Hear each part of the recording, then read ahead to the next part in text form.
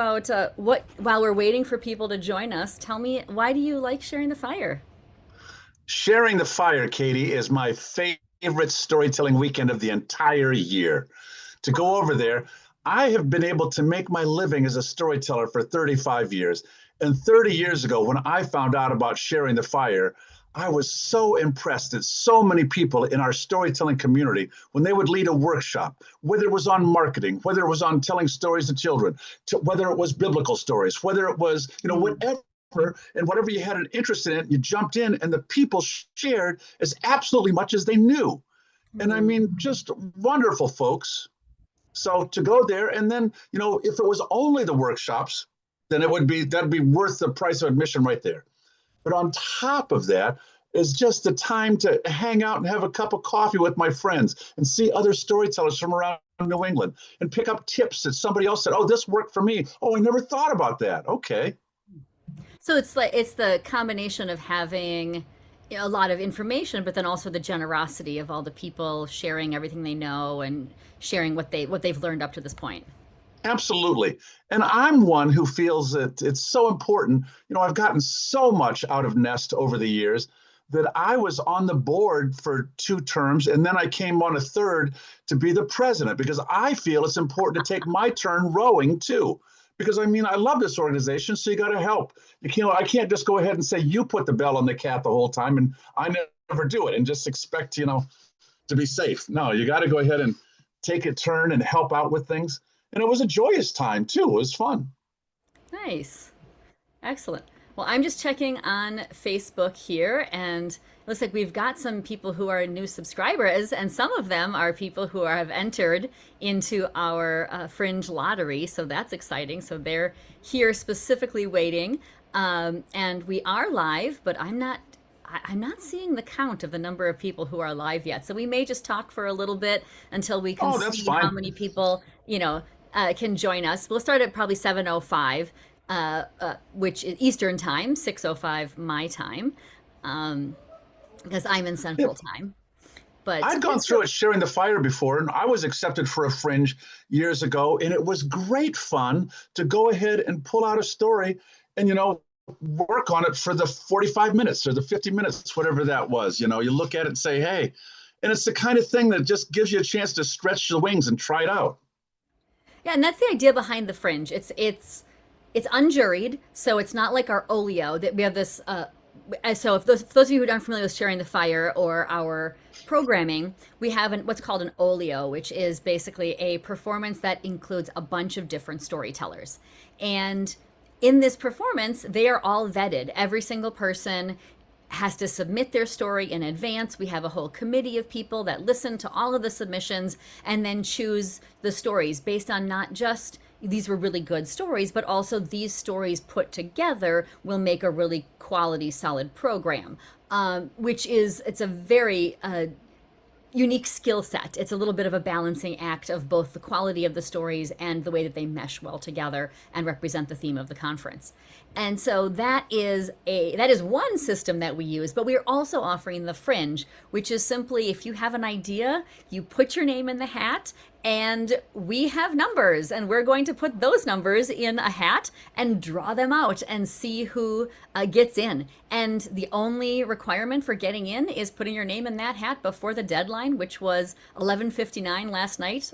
And so if you got your name in, you're good to go. And oh, I guess I shouldn't say that. We have a second requirement, which is that you not be performing in the Olio, because we want to give as many people as possible a chance to perform as Sharing the Fire. So That makes nobody, sense. yeah, I double checked and made sure, and nobody that put their name in the hat for the Fringe is in the Olio. So we've got that one covered. Well, it looks like we've got 4 people watching, so that's good. We're slowly climbing. Oh, now we've got 7. I have to keep refreshing my page, I guess, to find out the details. But welcome everybody to our Fringe lottery drawing. We're going to hang out for just a few more minutes to make sure people can find us, and we'll get started at 7:05, so in about 3 minutes. So Tony, tell me about what are some of the fun things that you've seen at the Fringe in the past I'd at gone Sharing the through Fire? and I saw Andy Davis do one with his about sweater and the whole thing with his sweater put through there. There was another woman about her motorcycle trip, Michelle. And those are two recent ones that come to mind. But it's the joy about having them. And Michelle was brand new to storytelling, at least for sharing the fire. And I thought she just hit it out of the park. It was great. So I think too that the other thing too, from being an audience member at the Fringe, we're all rooting for the person telling the story. So it's a very safe and very warm and very supportive environment. So when you're pulling out a new story, we're all trying to say, I hope this is okay, and look at it. And I think that's when you have a great supportive group to listen, it's a delight that way. And then, you can go ahead if you want feedback from it, people, I always say too, this is just for me. I never offer any feedback when somebody's done something because they just poured out their whole heart and soul. I'm going to say thank you so much for that. I love that story about your grandmother. I thought it was great. Later on, if they ask me, then I'm happy to share something. But I'm really a firm believer that once you just step off of that stage, that you're on cloud nine, you did it. And I just want to keep them up on cloud nine for a while and say, good job. Yeah, nice. I like that. And I will second that a group of storytellers is the best group to debut a show in front of. I did a Fringe festival, and so I should say that the Fringes that we have at storytelling conferences are actually modeled after the Fringe that is this worldwide movement of festivals that support independent artists doing new creative work that may not fit into the regular mainstream theater scene. And so Fringes have existed for many, many years, and the storytelling community has been adding them to our conferences to help encourage our members to get into this area where more people might be open to storytelling. And I will say the first time I did my first one-woman storytelling Fringe show in the Minnesota Fringe, I first did my show at a storytelling conference Fringe. And it was the most wonderful, welcoming, supportive audience I've ever had in my life. Like, I just felt like I got to the front of the stage and people just loved the story right out of me. And it was magic. It was the perfect way to start what was a really, really hard show to do and to put together. And I just so appreciated all those storytellers, because in order to be a good storyteller, you have to be a good story listener as well. Absolutely. So welcome everybody who is watching us live on YouTube. We are getting started a couple minutes late just to make sure that everybody had a chance to get in. And so I think we are ready to go. So let's just talk a little bit about how this is going to go. We're going to start with the 27-minute Fringe. We have two different kinds of slots. So we have a 27-minute slot and a 55-minute slot. People had to apply for one or the other. And the first drawing that I'm going to make is going to be only people who have never performed at the Nest Sharing the Fire Fringe. So these are people who are brand new to our Fringe. And then the second person that I draw second person or group that I draw is going to be somebody who has not performed in our Fringe in the last year. Now for this first 27-minute Fringe, that just happens to be the same group of people because we didn't have anybody apply that performed last year. So I've got numbers 1 through 7 that I'm going to put in my authentic Panama hat here. And, I threw them on the floor here. I'll make sure I've got them all. Yep, they're all there. Okay, so I'm going to dig around in here. I will read off a number, and Tony, I want you to let us know who it is and what the title of their show is. First one, number 6. Number 6, Naomi Faw. Number 6, Naomi Faw. And the show is Bee and Louise, Spinster Sisters Adventures. Nice. It makes me want to hear it. Congratulations, Naomi. All right, here's the next one. Number 7. Number 7, Nora Dooley. Hey. When the Iceman Cometh. Ooh, and that is ice with capital letters, and that is ice with capital letters, indeed. So that is very intriguing to me because I am the executive director of Northeast Storytelling, but I telecommute from Minnesota, so ice has been a pretty big presence here. Okay, so number 8 is now going into the hat because number 8 performed last year. So now we will draw two more for this, and then we will draw our wait list. So these are two more who are automatically in. Let's see here. The first Okay. one is number 3. Number 3, Elisa Permain. And she's Ooh, doing Good Trouble. How bad could it be? I'm feeling a social justice theme running through here. Okay, the last one who is for sure in Okay. is Brrr. number 8. Bowen Lee, the notorious Mrs. Lee. All right. So now we are going to pull for the wait list. Now, because the schedule is not fully set for Sharing the Fire this year, the co-chairs are trying out some new things and they're waiting for a few things to come into place. We may have more people coming off the wait list than we would in a normal year. So if you are on the wait list, do not lose hope. Do not freak out. There is still a very good chance that you will be in the Sharing the Fire Fringe, especially if you're towards the beginning of the wait list. Oh, number 1. Number 1, Andy Russell, Red Dirt Road. Nice. So that'll be waitlist number 1. Okay. All right. Let's see. Ooh, who's this one? Number 2. Number 2, Shoshana Simpson, Stories of Love, Control, and Choosing Yourself. Hmm. Shoshana is a former Nest president, too. So Indeed. shout out to those who have been on our board. Okay. This one is number 4. Number 4, Gillian Garganis. I'm not sure if I'm pronouncing that right. And All That Jazz, a solo show. All right. That should leave us with one number left. Number 5. Number 5, Linda McKinney, Susan B. Anthony goes to jail. And the hat is now empty, which is a good sign. That means it all worked out.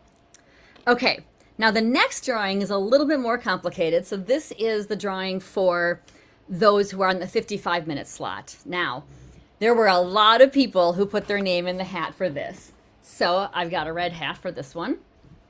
And these are the numbers 9 all the way through 18. And I'm just going to spread them apart here, fold them in half, make sure these are getting in here nice and mixed.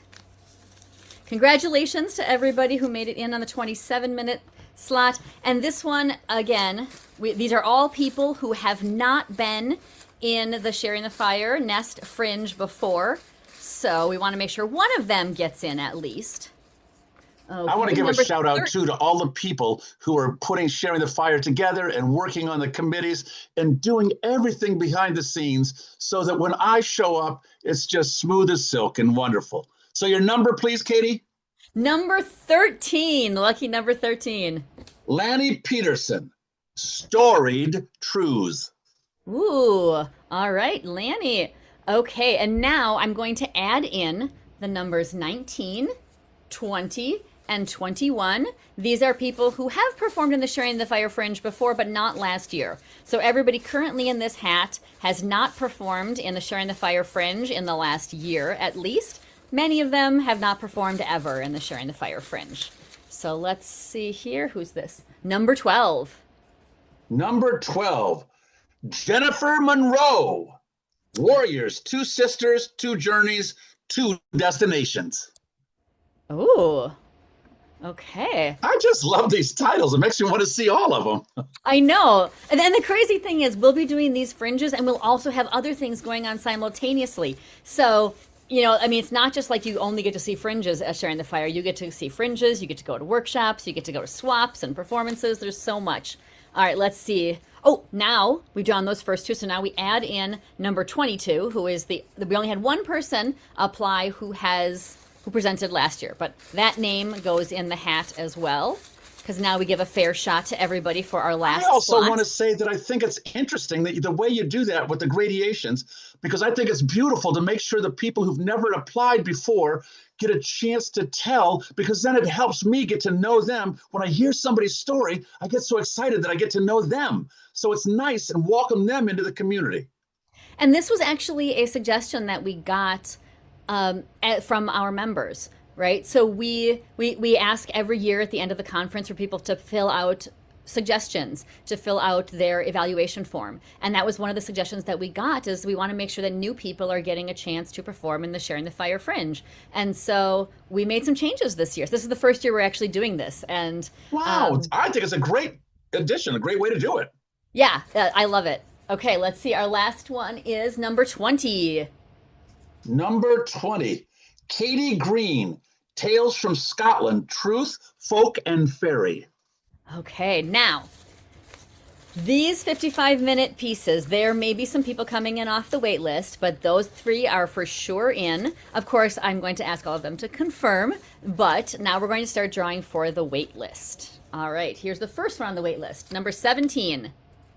Number 17, Sandy Schumann, a rabbi, a prophet, and a king walk into a bar, and other Jewish stories every person should know. That is a title that you can No really chew kidding, on. I love it. All right, let's see here. Number 14. Number 14, Maria Lobandino. I'm not sure if I'm pronouncing that right. From Hades to the Heavens, Orpheus and Eurydice. Nice.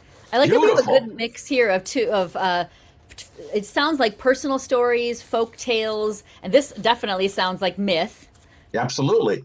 All right, what's this one? Number 11. Number 11, Elevator, Play in a Day. All right. That's our third waitlist person. Okay, let's see here. Ooh. All right. Whoa. Number 10. Number 10, Andrea Kamens, Homemakers. Oh, and Denise Page, two of them together. Okay, nice. You got 2 for 1 for that one, Katie. Look at that. Yeah. Yeah, we've got a couple people who applied as duos. I don't think we have anybody who applied as like large groups, but I think I could be wrong. All right, number 15. Mark Binder with Izzy Abramson, Omakase, a fresh, seasonal, and surprising multi-course assortment. Now that's a cool title too. All right. I don't even know what that means. I have to read the description to find out more, but I'm intrigued. Okay, number 22.